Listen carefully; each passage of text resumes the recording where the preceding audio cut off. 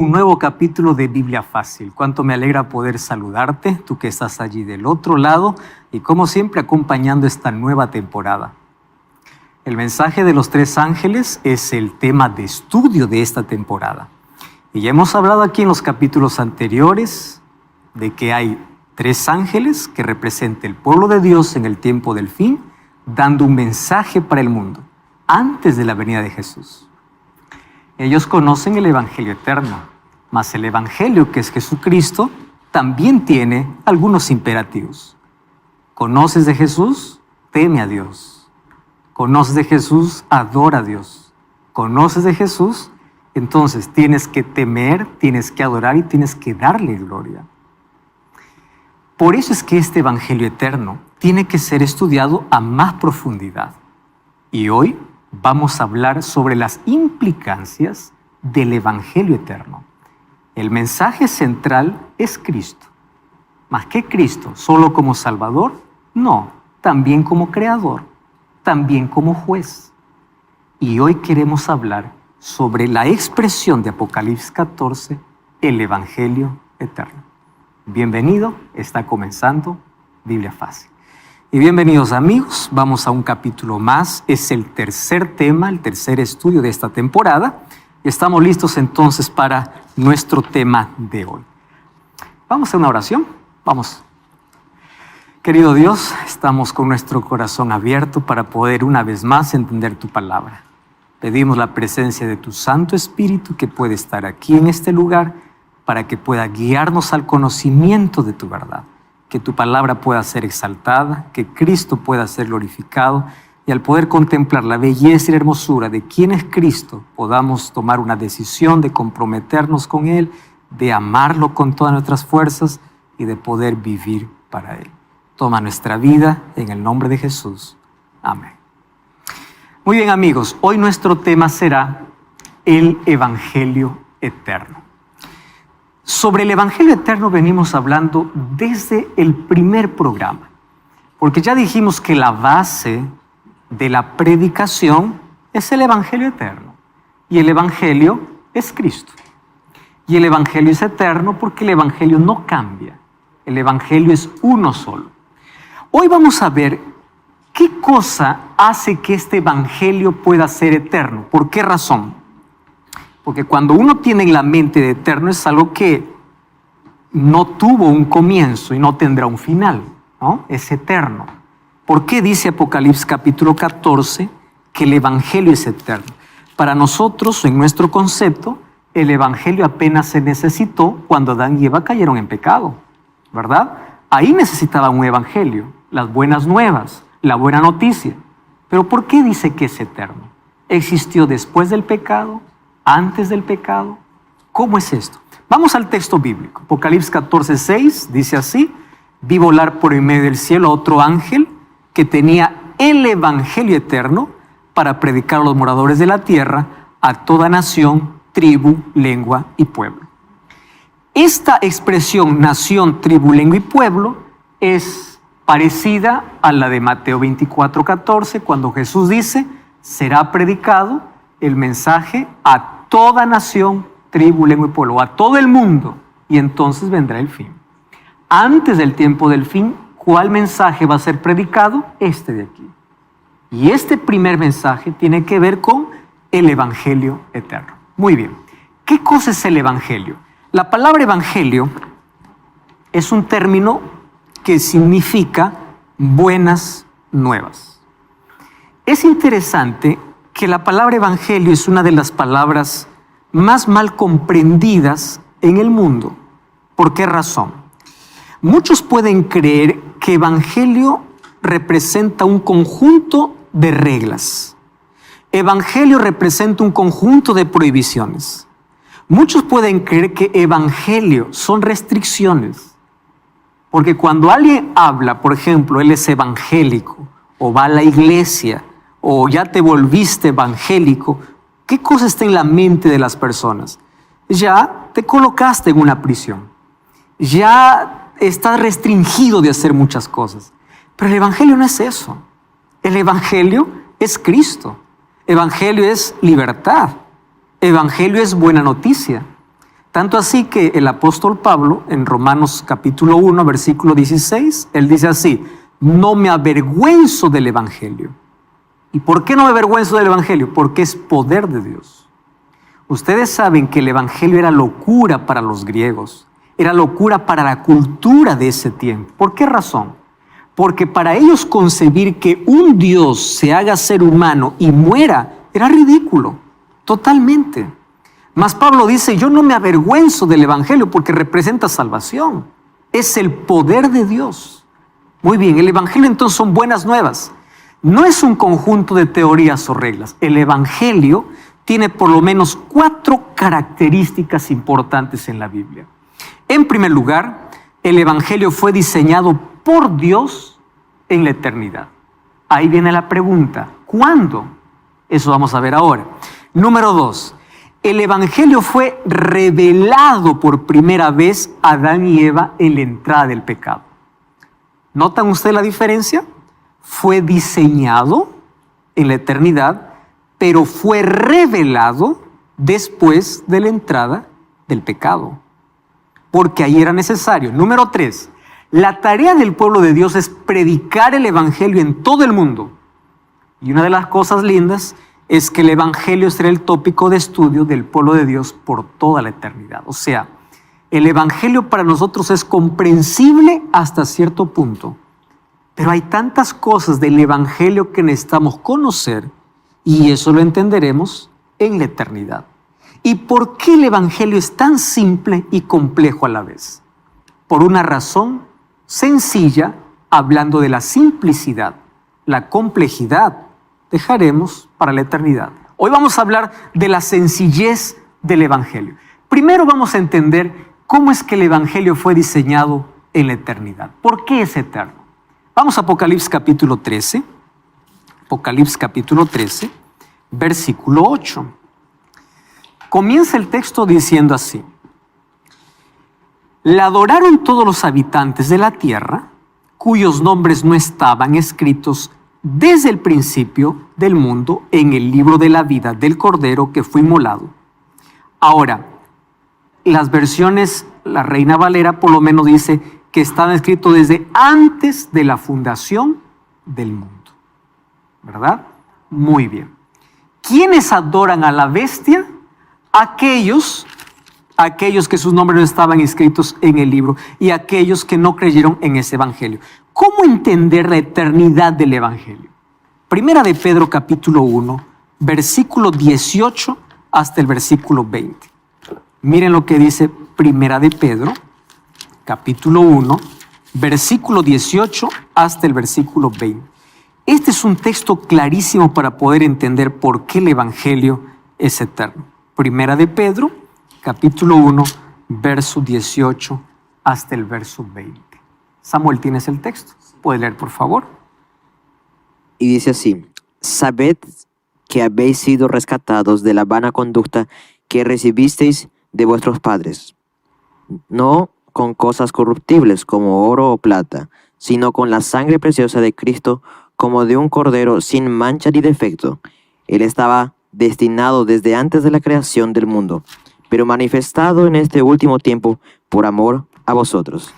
Es interesante notar aquí en este texto, dice que el Cordero estaba destinado, ¿cuándo? Antes de la fundación del mundo. Apocalipsis 13 dice que el plan de salvación estaba diseñado, ¿cuándo? Antes de la fundación del mundo. ¿Por qué entonces el evangelio es eterno? ¿Quién es el evangelio? Cristo. Y Cristo estaba destinado ¿a qué? A rescatar, a salvar, a colocarse en el lugar del ser humano si éste caía en pecado. Entonces, el plan fue diseñado antes del problema, ya había una solución. Por eso es que fue revelado por primera vez, ¿cuándo? Cuando Adán y Eva pecaron. Cuando ellos cayeron en pecado, el evangelio ya estaba diseñado. El pecado no produjo ninguna sorpresa a Dios. Lo que hicieron ellos es revelar ese plan. ¿Cuál era el plan? El plan era que Cristo iba a sustituir. La palabra sustitución entra y encaja perfectamente dentro del plan de salvación. Yo merecía morir, mas Él se colocó en mi lugar. Pero eso lo vamos a entender a través de dos ejemplos. Vamos al primer ejemplo. Jesús en el Getsemaní. Cuando nosotros entendemos este asunto de lo que Cristo pasó en el Getsemaní, vamos a entender muchísimo mejor en qué consiste el Evangelio eterno y por qué yo no debo rechazar el Evangelio.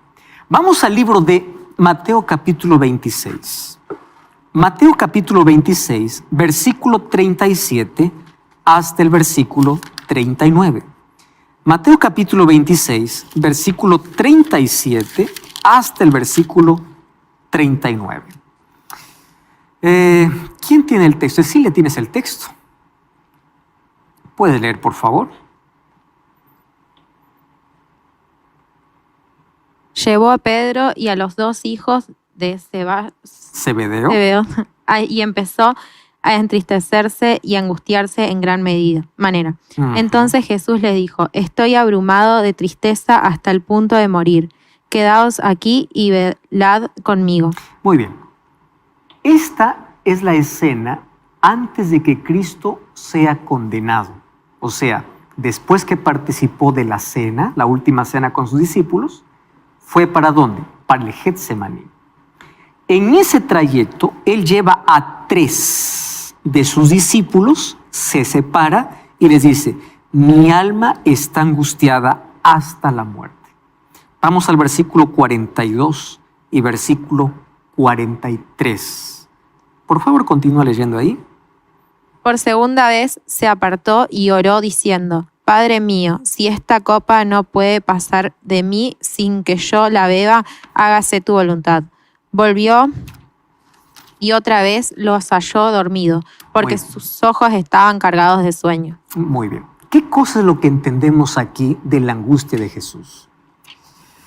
Existen varias cosas que pudieron angustiar a Cristo. Cristo conocía qué misión había venido a cumplir. Él sabía lo que le esperaba.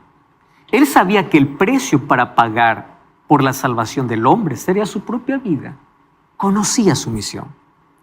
Solo que en el Getsemaní, Él muestra lo peligroso que era colocarse y sustituir. ¿Y dónde se encontraba el peligro? Y allí hay 2 expresiones. Mi alma está angustiada.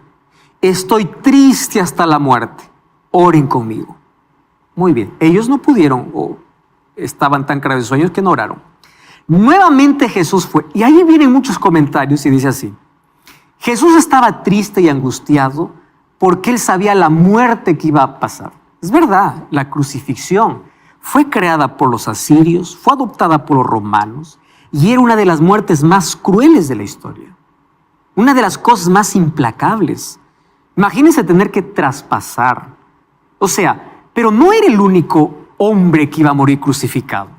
Para los romanos, crucificar era cosa del día a día. Ahora, que Jesús sepa que va a ir a la cruz, imaginar y saber el dolor, ¿eso lo tuvo angustiado? No. Porque más allá del dolor que iba a sufrir por el maltrato físico que Él iba a soportar para pagar nuestra deuda, el problema no era la cruz. ¿Saben cuál era el problema? La copa de ira. ¿Qué cosa dice el texto bíblico que hemos leído? Cuando Él se va a orar, ¿qué cosa le dice al Padre? Padre, si es posible, pasa de mí esta copa. Su muerte no sería como la muerte de un criminal. Su muerte no sería como la muerte de alguien que fue juzgado y va a ser ejecutado, porque así han muerto muchos. La muerte de Él sería peor que esa, porque aparte del sufrimiento físico que Jesús tendría, ¿qué cosa tendría que soportar? La copa de ira de Dios. ¿Y de dónde sale la expresión copa de ira? Porque ahí apenas aparece: pase de mí esta copa. Eso vamos a verlo ahora en Apocalipsis capítulo 16. de qué tipo de copa estaba hablando Cristo. Entonces le dice, Padre, yo no quiero beber esta copa. ¿Qué cosa era la copa de ira? La distancia que iba a tener entre él y su Padre por causa del pecado.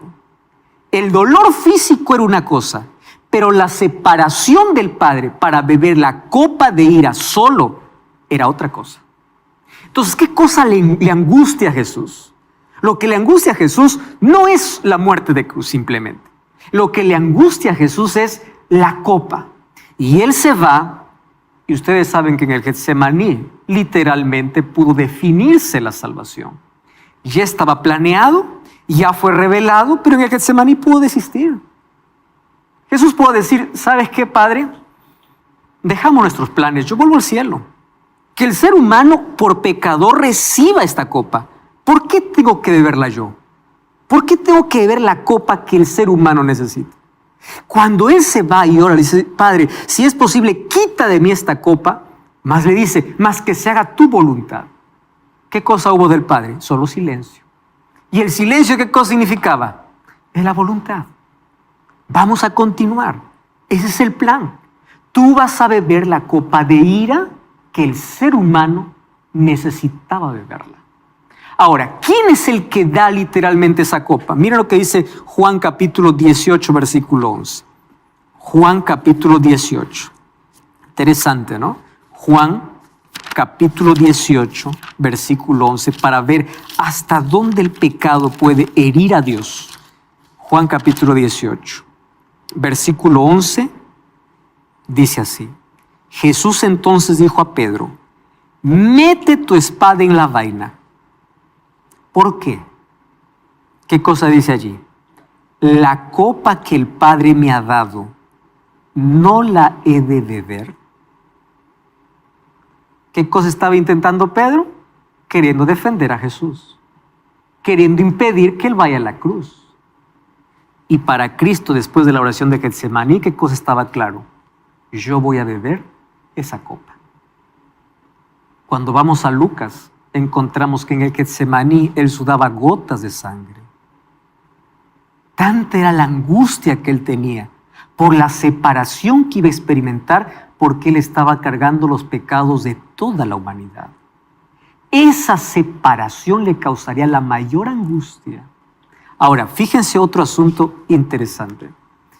Cuando vamos a Mateo capítulo 27, versículo 46, cómo Jesús experimentó esa copa de ira. Miren lo que dice Mateo capítulo 27, versículo 46.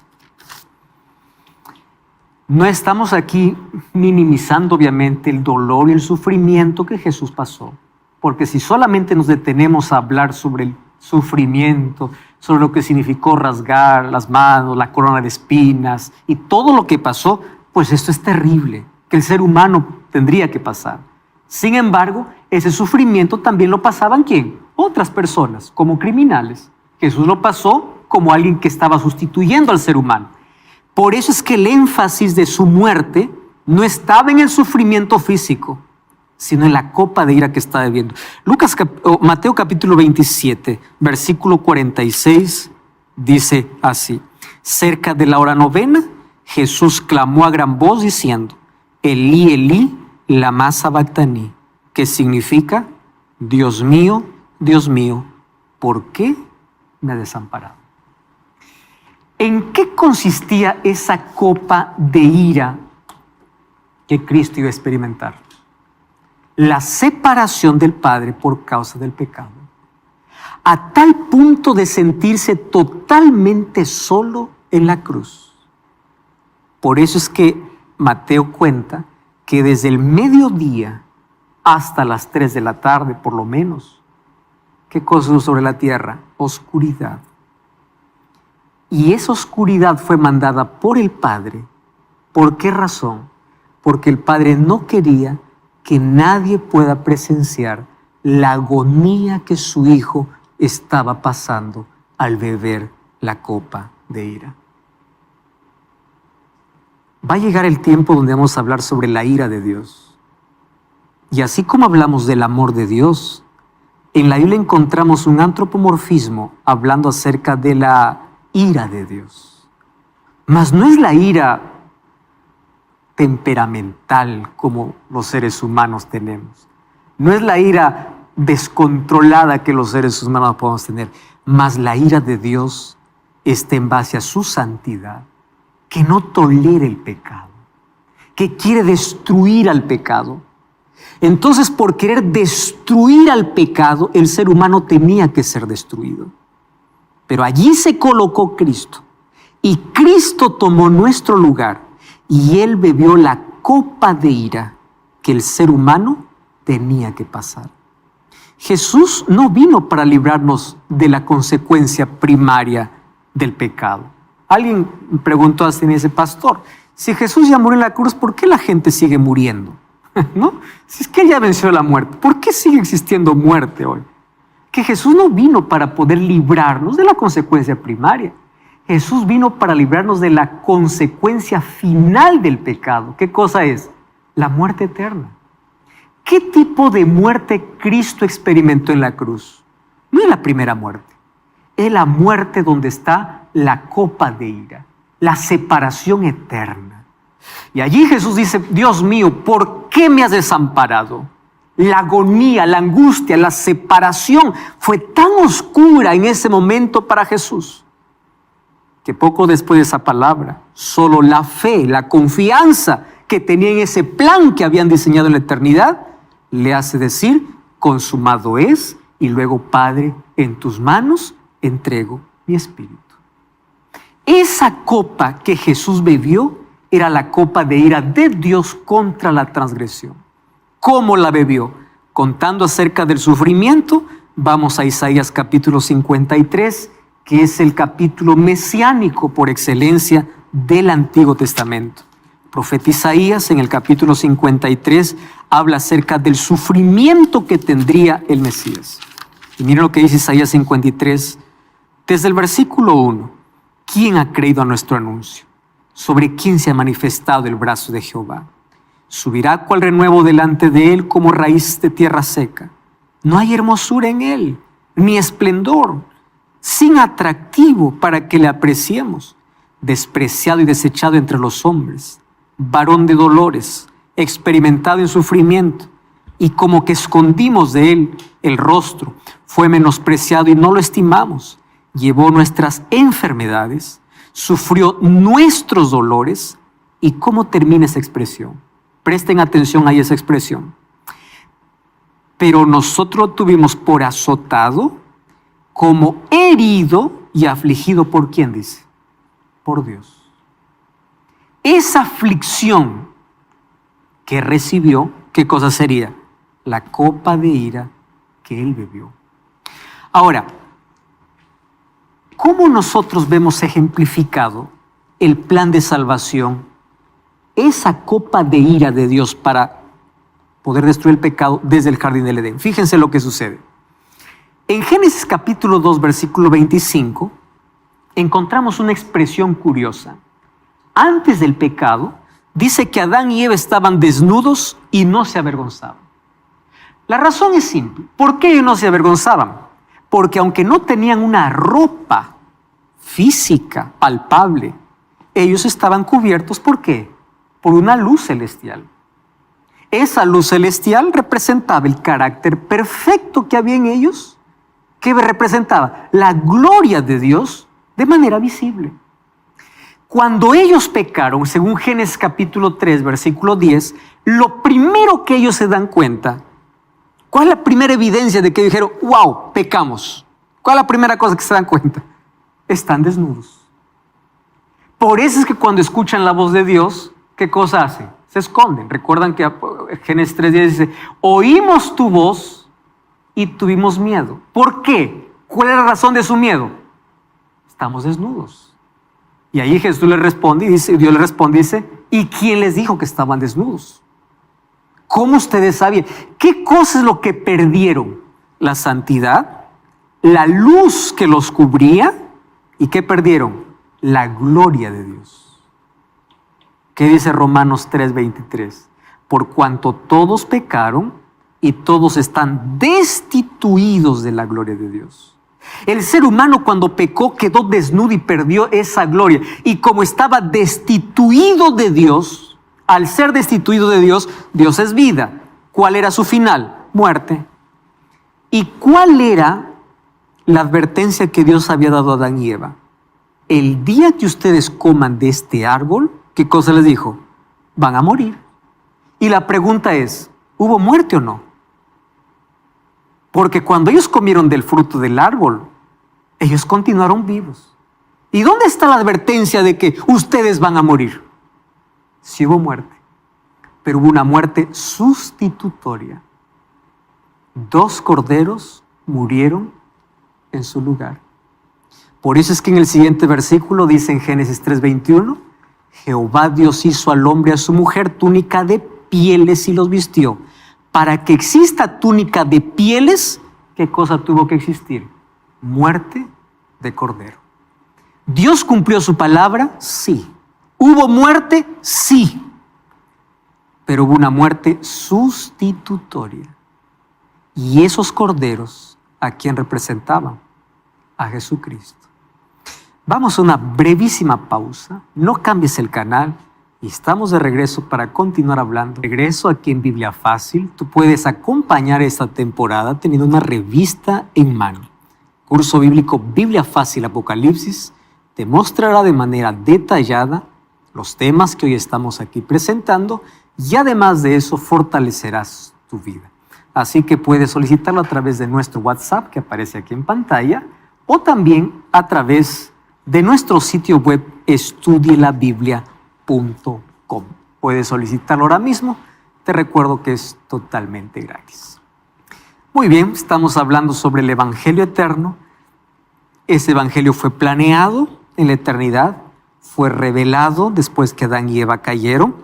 Y cuando Adán y Eva cayeron hubo una muerte, pero una muerte sustitutoria. Y a través de los corderos que morían para poder vestir la desnudez de Adán y Eva, ¿qué cosa estaba mostrando Dios para Adán y Eva? El Evangelio. ¿Qué cosa es el Evangelio? Todo lo que tú mereces, yo lo pago. Ese es el Evangelio. Cristo colocándose en lugar del ser humano para tener gracia, perdón y una nueva oportunidad de salvación. Omar tenía un comentario. Sí, un comentario y una pregunta también. Es interesante porque antes de que Dios hiciera esas túnicas, ellos buscaron cubrirse con ramas, sí. Y muestra el esfuerzo que muchas veces las personas hacen a través de las religiones y las obras, queriendo llegarse a Dios, siendo que es solo a través de la sangre del Cordero, que fue inmolado desde antes de la fundación del mundo, que podemos llegarnos a Dios. Ahora la pregunta es, la Biblia deja clara en todo momento que solo hay un Dios. La propia ley dice, escucha Israel, tu Dios es el Dios único. El propio Jesús dijo, yo y el Padre somos uno. Ahora cuando Él hace ese clamor, Dios, ¿por qué me has desamparado? En cierta forma es como conflictivo en relación a la divinidad de Jesús. ¿No? Es interesante, Omar, y tu pregunta es muy puntual e interesante. Cuando Jesús estaba en la cruz bebiendo la copa de ira del Padre, Él estaba absolutamente como hombre. Para poder morir y para poder beber la copa, Él tuvo que ocultar completamente su divinidad. Todo su sufrimiento en la cruz fue como 100% hombre. Y el clamor que expresó ante el Padre era como si el mismo hombre estuviese muriendo. Por eso es que Él dice, Padre, ¿por qué me has abandonado? Entonces, en ese momento, Él experimenta la distancia del Padre. Y ahí parece el conflicto, ¿no? Como que siendo uno, aquí parece que el Padre lo desampara. Es que ahora el Hijo estaba totalmente solo, ocupando el lugar que el ser humano debería ocupar. Y al ocupar el lugar del hombre, Él ya no estaba más con ninguna sombra en ese momento de su divinidad. Y es por eso que Él dice, ¿por qué me has abandonado? Eso era nuestro destino, ¿no? Eso era lo que nosotros teníamos que pasar. Ahora, allí en el jardín del Edén, ustedes, yo no sé la experiencia que algunos de ustedes tienen. Una cosa es ver un animal muerto, pero otra cosa es ver morir, ¿verdad?, a un animal. Yo creo que el corazón más insensible tiene lástima, pero yo quiero que piensen por un momento. Para ese momento, ellos ni siquiera sabían que existe la palabra muerte. La muerte estaba fuera de su concepto. Había solo vida. Era la primera vez. Ustedes imaginan la imagen. Yo no sé si ustedes alguna vez cuando tuvieron una imagen tan chocante, cierran los ojos y continúa la imagen. Y ustedes pueden pasar tantos años en la vida y parece que la imagen queda porque fue una imagen tan chocante. Ustedes imaginan la imagen de Adán y Eva, la imagen que quedó grabada en la mente cuando ellos vieron morir el primer cordero. Antes no existía muerte. Ahora, lo peor es que allí cuando viene para que Dios los pueda vestir, allí fue Adán mismo que tuvo que sacrificar ese cordero. Adán, toma el cuchillo, o no sé qué instrumento era, toma, tú rasga ese animal. Yo sí, tú. ¿Ustedes se imaginan la mano temblando de este hombre y al ver por primera vez la sangre saliendo, al ver morir un animal inocente? Con esas pieles yo te voy a cubrir tu desnudez. Pero quiero que sepas que ese símbolo representa a alguien que va a tomar el lugar del ser humano porque lo que acabas de hacer trajo la muerte. ¿Por qué lo sabemos eso? Porque en el sistema de sacrificios del santuario, que era la sombra del verdadero sacrificio de Jesús, quien mataba al animal, que era la ofrenda por causa del pecado, no era el sacerdote, era el propio pecador, que agarraba el cuchillo y sentía el dolor de poder estar maltratando y desangrando, matando a un animal que moría en su lugar. Miren, ven, si nosotros tuviésemos más conciencia del precio que Cristo pagó por nuestro pecado, nosotros odiaríamos más el pecado. Hoy el pecado es considerado como algo tan simple, ¿no? Tan leve. Peco, perdón. Comienzo a jugar incluso con el pecado. Pecado para algunos no pasa de ser un concepto solamente religioso. El pecado puede ser ofensa. Si alguien dice estás en pecado, alguien puede ser ofendido. Pero el pecado trajo la muerte de Cristo. Trajo que Cristo pueda beber la ira de Dios. Y esa copa de ira lo vamos a ver de aquí en breve, de qué se trata. Juan 19, 23 y 24 dice así: cuando los soldados hubieron crucificado a Jesús, miren lo que sucede. Tomaron sus vestidos y lo hicieron 4 partes. ¿Qué tomaron? Su túnica, lo cual era sin costura. Dijeron entre sí: no la partamos, sino echemos suerte sobre ella. ¿Cuál es la imagen que tiene Jesús en la cruz? La imagen de Adán y Eva después de pecar. Cuando Jesús toma nuestro lugar en la cruz, lo toma exactamente en la misma situación como estaba Adán y Eva. ¿Cómo estaba Adán y Eva después del pecado? Desnudo. ¿Cómo está Jesús en la cruz? Desnudo. Toma exactamente el lugar, solo que aquí no hay muerte de cordero. Aquí Jesús mismo muere.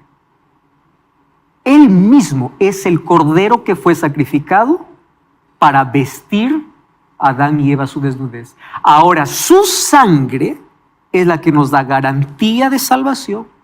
Su sangre es la que nos perdona y nos salva. Es la justicia de Cristo. Es el precio que Él pagó en la misma situación de donde el pecado dejó a Adán y Eva. Y es Él quien nos justifica. Vamos ahora para el libro de Apocalipsis. Apocalipsis capítulo 16. Antes de leer el capítulo 16, vamos a leer un versículo antes, el capítulo 15. Apocalipsis capítulo 15. Miren lo que dice el versículo 1. Después leemos el 16. Vi en el cielo otra señal grande y admirable, 7 ángeles con las 7 plagas postreras, porque en ella se consumaba, ¿qué cosa dice que se consumaba? La ira de Dios. Vamos al capítulo 16. 16:1. Oí desde el templo una gran voz que decían los 7 ángeles: id y derramad sobre la tierra las 7 copas de la ira de Dios. Y aquí entramos en un conflicto tremendo. ¿Cuál es el conflicto? ¿Por qué la ira de Dios se derrama de nuevo si ya fue derramada en la cruz? Si la copa de ira de Dios, Cristo ya la bebió. ¿Por qué aquí aparece nuevamente la copa de la ira de Dios manifestada en 7 plagas sobre la tierra? Cuando entendamos esto, vamos a tener una comprensión mucho mejor del Evangelio. ¿Qué cosa es lo que sucede aquí? Fíjense aquí.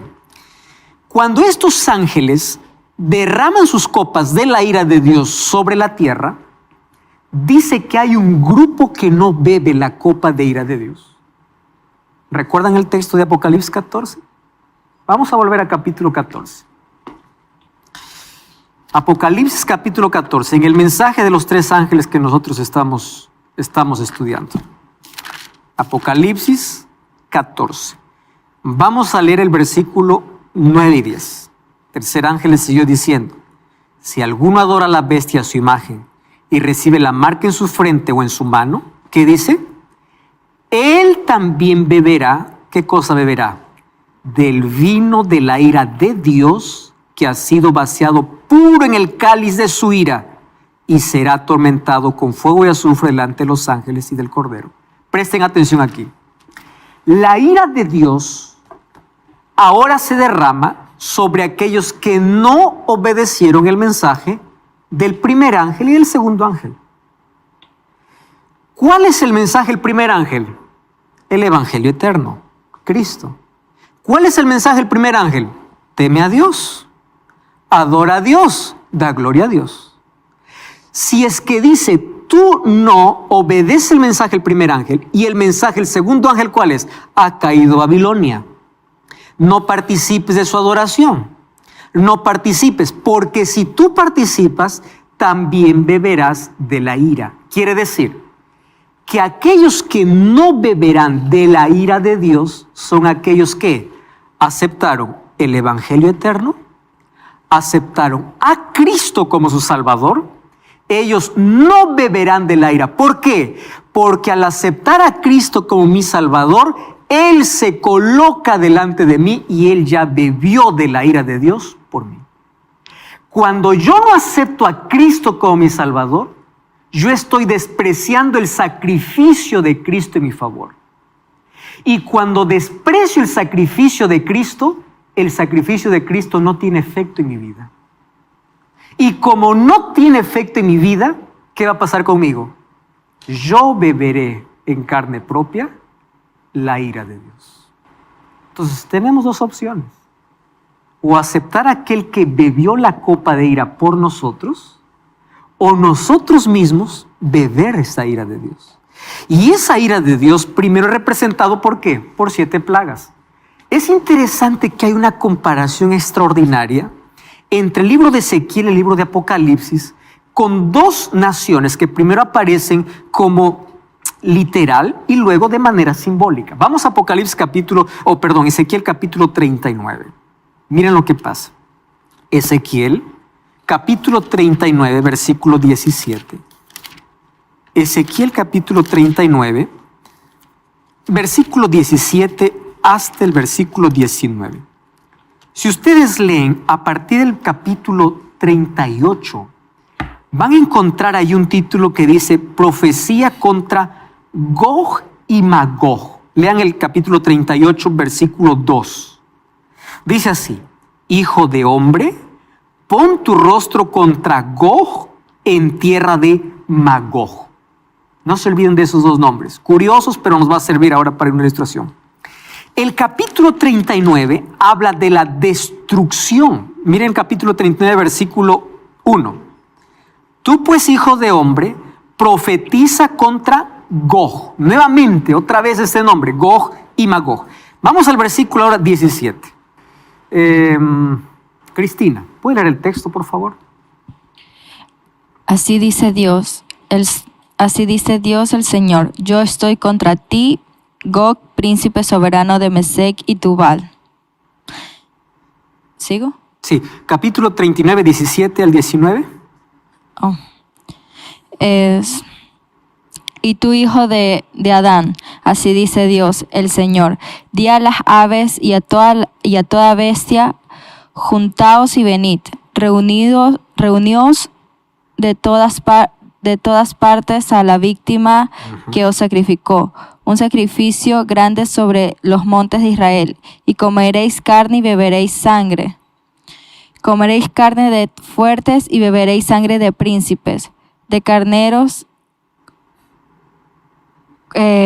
corderos, machos cabrios, bueyes, toros, todos engordados en Basán. Muy bien. Fíjense, a ver, quiero que coloquen en la mente la ilustración que está, nuestra ilustración, el juicio que viene contra Gog y Magog. Dice así: aves de los cielos y todos vengan a comer la carne de un sacrificio. Ojo con la palabra sacrificio. ¿Sacrificio de quién? Carne de los gobernantes, de los reyes y de todos los desobedientes. O sea, la profecía contra Gog y Magog. ¿Quién era Gog y Magog? Gog y Magog eran dos naciones enemigas del pueblo de Dios. El pueblo de Dios, al escuchar la profecía contra estas dos ciudades, tendría que alegrarse porque era el pueblo que lo oprimía. Entonces, bajo la figura de Gog y Magog, ¿qué cosa es lo que promete Dios? Todos estos, que ustedes ahora son sus enemigos, luego terminarán como siendo sacrificios. ¿Y cómo era un sacrificio? Para que haya un sacrificio, ¿qué cosa tenía que ver? Muerte, tenía que ser despedazado, tenía que ser quemado. Así eran los sacrificios. Entonces dice, toda esta gente será como sacrificios. Y a las aves del cielo puedo decir que vengan y beban, coman su carne, beban su sangre. ¿Por qué? Todos estarán sacrificados.